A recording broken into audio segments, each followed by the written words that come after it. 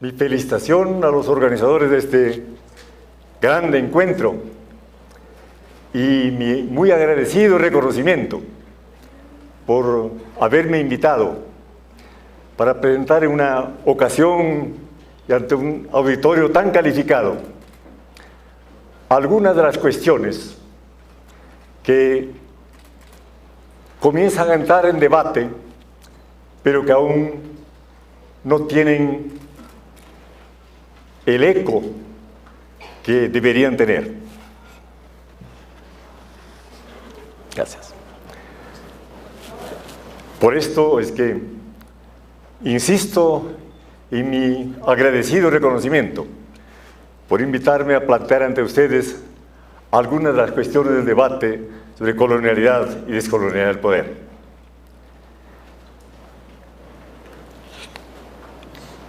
Del poder se trata, pues, siempre.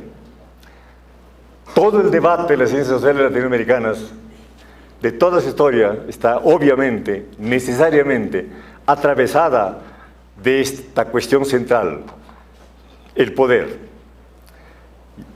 Y hablando de la colonialidad del poder, exactamente eso es de nuevo lo que hacemos. ¿Por qué colonialidad del poder? Se trata del hecho de que hoy día, globalmente, probablemente el conflicto histórico mayor de nuestro tiempo es exactamente este gran conflicto entre colonialidad y descolonialidad del poder. La colonialidad del poder fue el producto, y ahora podemos ver, más de 5 siglos después, cuán decisivo, cuán profundo y cuán importante fue ese producto. Pues un patrón de poder que produce un fenómeno absolutamente inédito hasta entonces, la idea de raza. La historia de la desigualdad en nuestra especie, por supuesto, es tan vieja como la propia especie. Ha tenido, por lo tanto, muchas formas, fuentes y momentos de desigualdad. Pero una específicamente fundada en la consideración de que es de manera natural, o en nuestra jerga de hoy, biológica, que los individuos y los grupos se diferencian no tanto por la historia de sus luchas de poder, sino de manera previa, por debajo, por encima, de modo fundamental.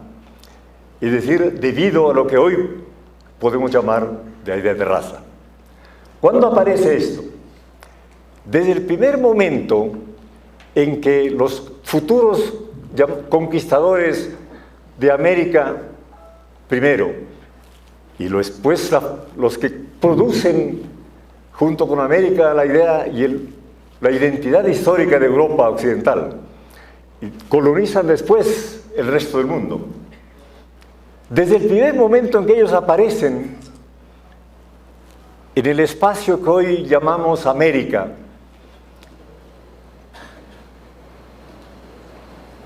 se puede ver esto desde las cartas de Colón, la idea de que hay algo que requiere ser preguntado. No se preguntan quiénes son, qué los hace tan diferentes. Se preguntan qué son. ¿Son humanos o no son humanos? Que es otra clase de pregunta que plantea un problema muy diferente. Estas gentes, desde la primera carta de Colón, ya está. Y por supuesto, en todo el periodo que implica el proceso de conquista y colonización de estos territorios y de estas poblaciones. Entonces, va produciéndose literalmente, no solamente la idea, sino la relación social fundada en esta idea, que las gentes son desiguales por su naturaleza biológica. Es a lo que hoy día llamamos raza. Esto está ocurriendo desde el primer momento, a lo largo de fines del siglo XV en adelante, siglos XVI y XVII sobre todo, ¿no? La estructura nueva de poder, que estamos llamando aquí la colonialidad del poder, está siendo producida. Porque se añade un fenómeno nuevo, que es el fenómeno fundamental que diferencia a los individuos de la especie. Está en la naturaleza de la propia especie, que los diferencia, no por la historia de sus luchas de poder, sino por sus diferencias que hoy día llamaríamos biológicas, es decir, por la idea de raza. Unas razas son en consecuencia inferiores, otras son superiores, y incluso en cada una de ellas habían niveles. Está en toda la historia del fin del siglo XV en adelante, hasta hoy. No obstante que esta idea de raza ha sido el producto de muchos cambios, sin embargo, no hay duda para mí de que el proceso de constante cambio y producción de relaciones sociales y de relaciones de poder sigue produciendo, complejizando, pero no disolviendo aún la vieja idea de raza. Y esto es lo que estamos proponiendo reconocer con la categoría de colonialidad del poder. ¿Por qué colonialidad? Pues no es lo mismo que decir colonialismo. El colonialismo es una relación de dominación entre identidades, etnicidades diferentes. Pero la colonialidad, no. La colonialidad busca mostrar que la historia de las gentes depende de un factor diferente, de su naturaleza biológica, es lo que llamamos raza. Entonces, por esta razón, entonces, aun cuando la historia del colonialismo ya ha estado terminando, y aún ahora, aunque no ha terminado del todo, sin embargo, se podría decir que el colonialismo no es el problema fundamental de la especie. Sin embargo, dentro de los nuevos países independientes, dentro de los nuevos actores de la historia del poder, las diferencias producidas desde fines del siglo XV en torno de la idea de que las gentes son racialmente constituidas y racialmente organizadas, racialmente diferenciadas, no ha terminado ni termina de ser extinguida. Por eso es que podemos hablar de colonialidad del poder, porque aún los pueblos que son ya victoriosos frente a la dominación colonial de otros pueblos, dentro de sus propias huestes, aún forman parte de un sistema de dominación que sigue estando fundado en la idea de raza. La idea de raza tiene un origen colonial, que no se terminó con la emancipación, la independencia, no se terminó con el anticolonialismo, no solo no se terminó, sino que en muchos ámbitos se hizo mucho más fuerte, mucho más duramente constitutiva de las formas en que las gentes se miran, se consideran y se relacionan entre sí. Este fenómeno llamado raza. Esta idea de raza termina redefiniendo a todas las formas de desigualdad previas, de género, linaje, etnicidades, las redefine por completo. Pasa a ser, en consecuencia, el fenómeno subjetivo y social más duradero y más profundamente inserto en la historia de las relaciones de poder desde fines del siglo XV hasta aquí.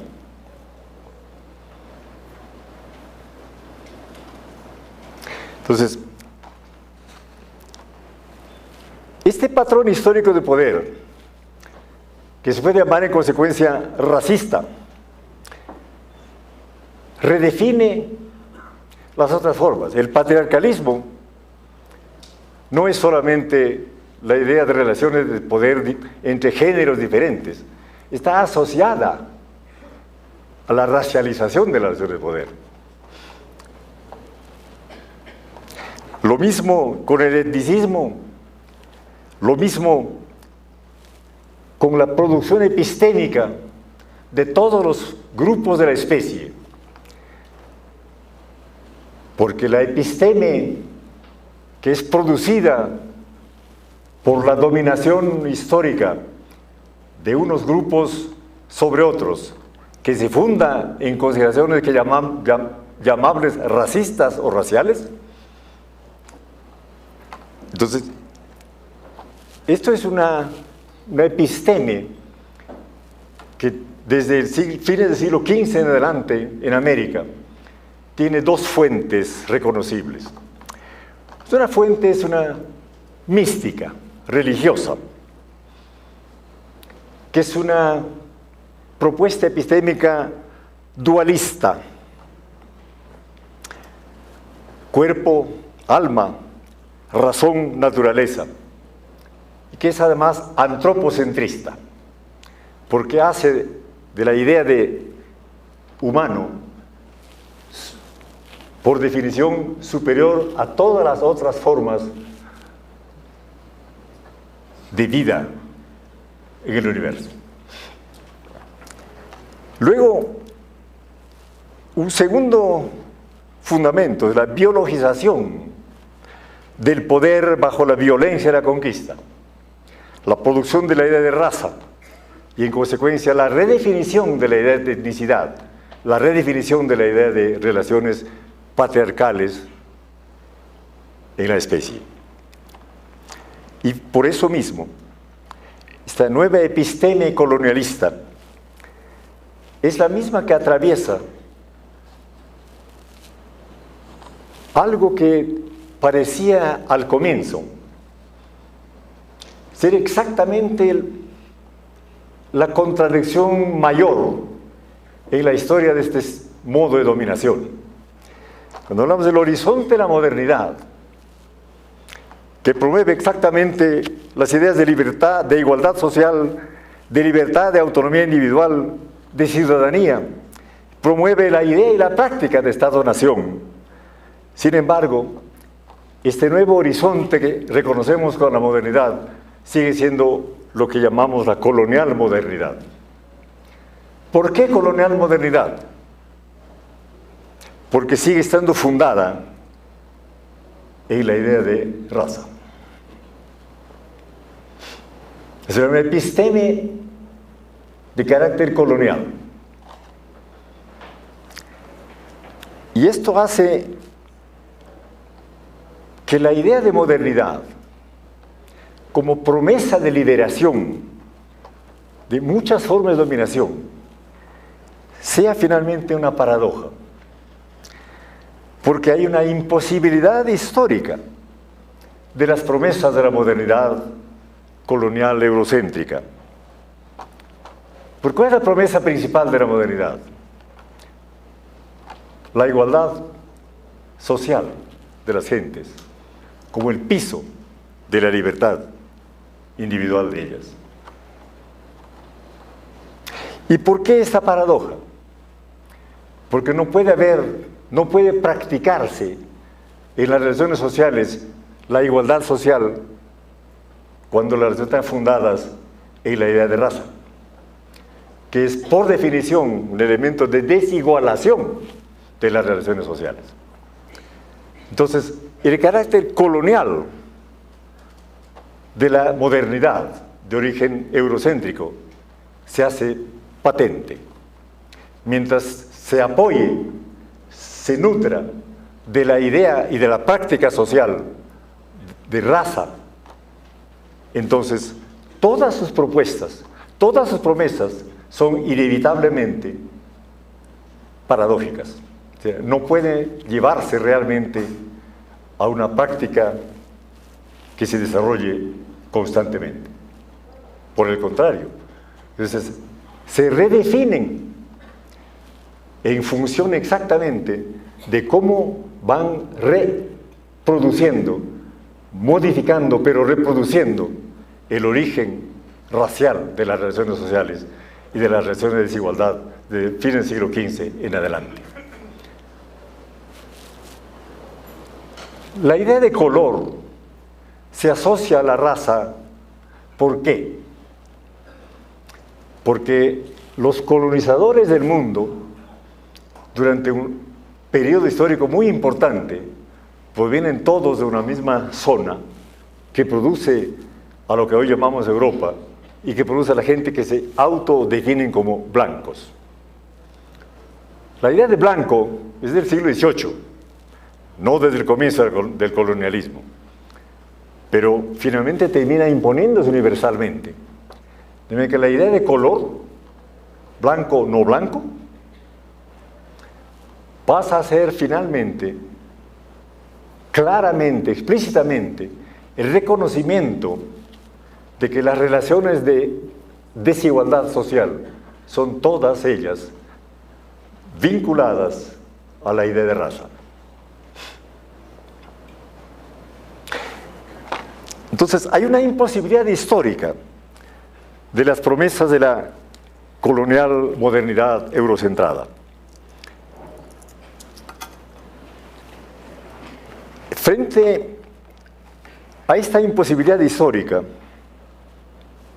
¿cómo se presenta la cuestión del poder?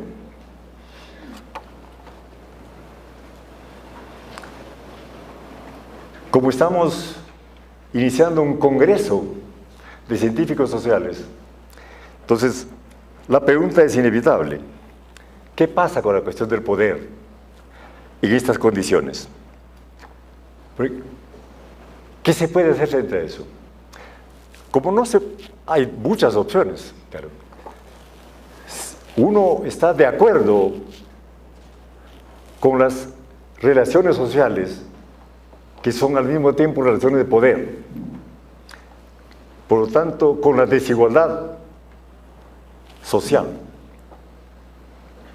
¿O no se está de acuerdo? ¿Y qué se hace si no está de acuerdo? Se puede uno eliminar. Porque fuera de eso, no hay ningún lugar del universo donde se pueda ir.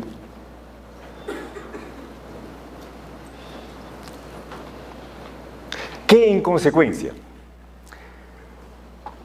No queda sino algo que supongo que la mayor parte de nosotros practicamos: vivir adentro y en contra. No se puede dejar de estar adentro, no hay a dónde irse. Acá estamos todos juntos. Todos vivimos en sociedades donde la desigualdad y el poder están activos todo el tiempo. Están cuando dormimos, están en nuestros sueños, están en lo que se llama el inconsciente y las relaciones explícitas. No hay a dónde irse. ¿O sí? Entonces, si no se está contento y de acuerdo, no se puede dejar de habitar ese universo. Hay que vivir allí. Por eso, lo que se produce, lo que probablemente hacemos, sino todos, la amplia mayoría de quienes estamos aquí en esta reunión, es vivir adentro y en contra. Vivir adentro y en contra, por lo tanto, significa no solamente estar todo el tiempo cuestionando y resistiendo las relaciones de poder como tales, pero sobre todo aquellas que se han fundado en la idea de raza. Consecuencia, la idea de vivir adentro y en contra implica no solamente la lucha social y política constante, sino significa algo mucho más profundo y permanente. Hay una subversión epistémica constante. Y esto es lo que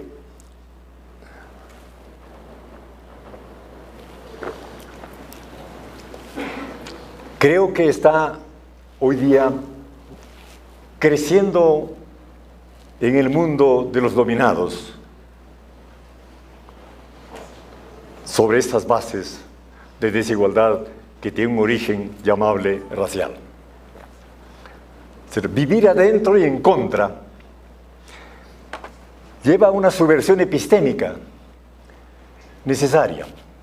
Entonces la episteme hegemónica es todo el tiempo, constantemente, puesta en cuestión. Es una subversión epistémica que es además productora de otros epistemes. No hay una episteme hegemónica, una, que fue producida por los dominadores colonialistas desde el fines del siglo XVI en adelante. Pero la lucha contra ese episteme dominante no produce una episteme alternativa. Porque esto implicaría otra vez que hay otra dominación hegemónica de un solo grupo, como fue el de los llamados blancos europeos durante estos últimos 5 siglos. Esta posibilidad en la lucha contra el colonialismo y la colonialidad ya no está dada. Por lo tanto, la revuelta epistémica no es la producción de una otra episteme alternativa, es la producción de varias epistemes, de nuevas epistemes, probablemente no el renacimiento de epistemes que han sido deconstruidas, cambiadas, incluso eliminadas muchas, pero la producción de las epistemes que produce la sociedad contemporánea, de las epistemes que son producidas en las varias formas, en los varios momentos, en los varios espacios históricos del mundo contemporáneo. Por esto, cuando yo digo que la lucha contra la colonialidad del poder no implica simplemente una descolonialidad en las relaciones sociales, implica ante todo una revuelta epistémica constante. Y esa revuelta epistémica no implica la producción de una episteme alternativa, porque lo que ocurre en la práctica es la producción constante de varias epistemes, algunas de las cuales tienen la fuerza y la posibilidad de alimentar pueblos enteros, otras no. Entonces, en este momento hay, sin duda, el conflicto epistémico es probablemente el conflicto histórico más importante de nuestro tiempo. Porque es el conflicto por la descolonialidad del poder. Y esta no ocurre si no hay una reproducción totalmente innovadora de cómo se organiza la subjetividad de la población y cada uno de sus miembros. Es decir, cómo se organiza por consecuencia la episteme de cada uno de sus miembros. Entonces, como la especie y su historia es muy heterogénea, por lo tanto su historia es necesariamente también heterogénea, en consecuencia no puede hablarse genuinamente de una episteme alternativa, sino de procesos que van en dirección de epistemes que contradicen a la episteme hegemónica actual. Entonces, por eso es que estoy proponiendo admitir que hay una cuestión central en este momento. colonialidad y la descolonialidad del poder implican un conflicto mayor, que hay una revuelta epistémica que atraviesa el conjunto de los miembros de la especie,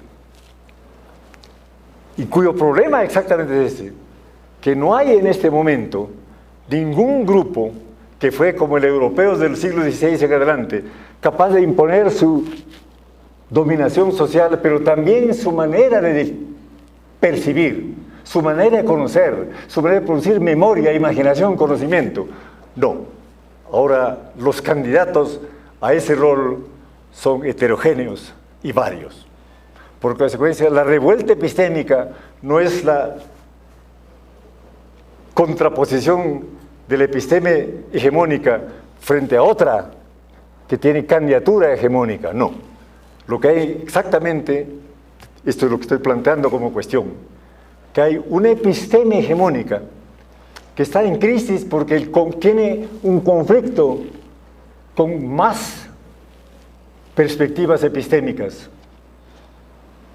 Por consecuencia, no puede defenderse solamente de una episteme alternativa, tiene que defenderse de varias epistemes. Y en consecuencia, el conflicto histórico central de nuestro tiempo no es solamente el problema de la colonialidad en términos sociales y políticos, es ante todo un conflicto en la capa más profunda de nuestra existencia. ¿Cómo se produce memoria, imaginación, conocimiento? ¿Cómo se produce, en consecuencia, una perspectiva epistémica como fundamento de un proceso social alternativo? Entonces, estas son cuestiones que me parece que tienen la relevancia y la importancia para toda la historia de los conflictos sociales contemporáneos, para todo nuestro tiempo. Y en un Congreso Latinoamericano de Ciencias Sociales, esta cuestión, por lo tanto, no puede quedar al margen.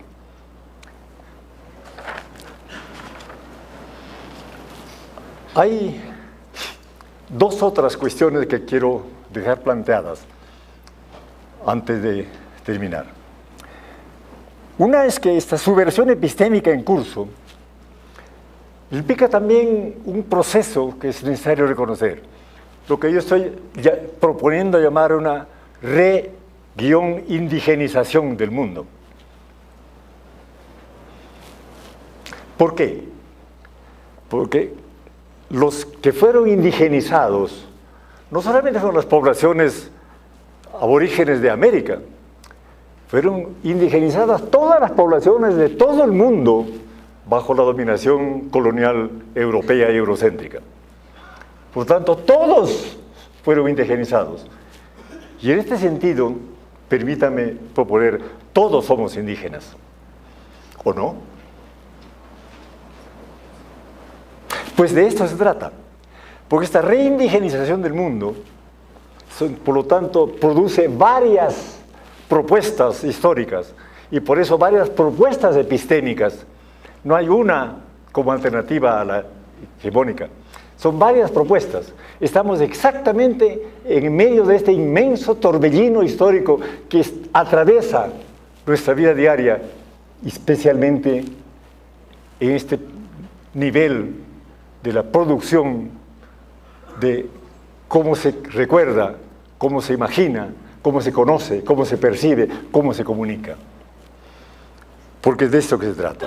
Esta reindigenización del mundo, permítame recordárselo, comienza entre fines del siglo XVIII y comienzo del XIX, en un lugar ahora extremadamente pobre, dominado, casi destruido, Haití. Entre 1792 y 1804, en Haití se produce la primera revolución global descolonial de todo el mundo histórico contemporáneo. Permítanme recordarlo. Uno, son no solamente esclavos contra amos, son negros contra blancos. Es la naciente nacionalidad haitiana que está construyendo contra la nacionalidad colonial dominante, la francesa.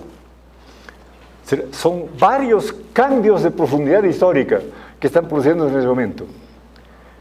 Y sobre todo, por el hecho de que la revolución haitiana es la única y primera en proclamar que todas las gentes de este mundo son, en ese sentido, iguales.